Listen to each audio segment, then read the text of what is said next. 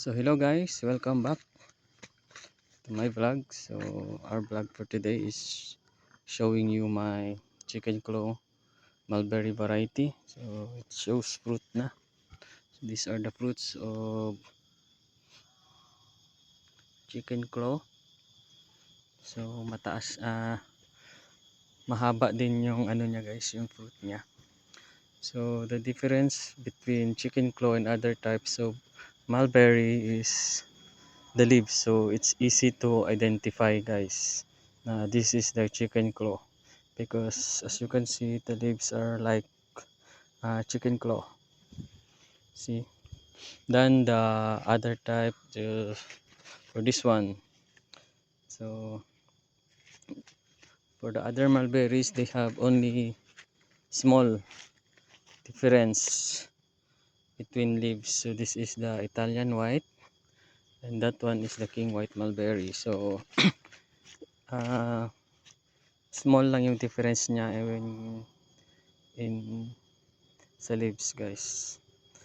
So if you're new to mulberry, so it looks the same, but for the chicken claw makikita mo different talaga yung chicken claw, yung leaves niya and the pattern. So this is the chicken claw. So this is around 5 months since I planted this one. So nag bear siya ng fruit from this. So also the fruit are different, iba din siya guys. Oh, makita nyo individual yung ano niya, berry sa kaysa sa uh, what you call this, Taiwan long. So Taiwan long kasi guys is dikit-dikit yung ano, yung bunga ng mulberry. Pero ito, as you can see, I focus it,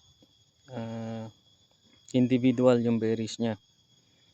So wala tayong Taiwan long na mako-compare na fruit dito sa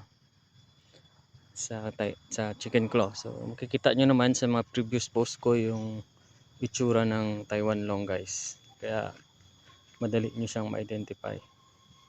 So I guess yun lang muna yung update natin sa farm. So this one is the Austerky mulberry.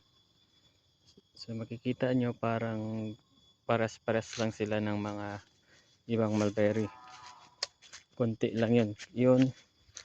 Yung isa bilog, yung ito ayan, makikita nyo iba din. Tapos ito Italian white, maliliit yung dahon niya because the fruit are small also. So that's it for today guys, and thank you.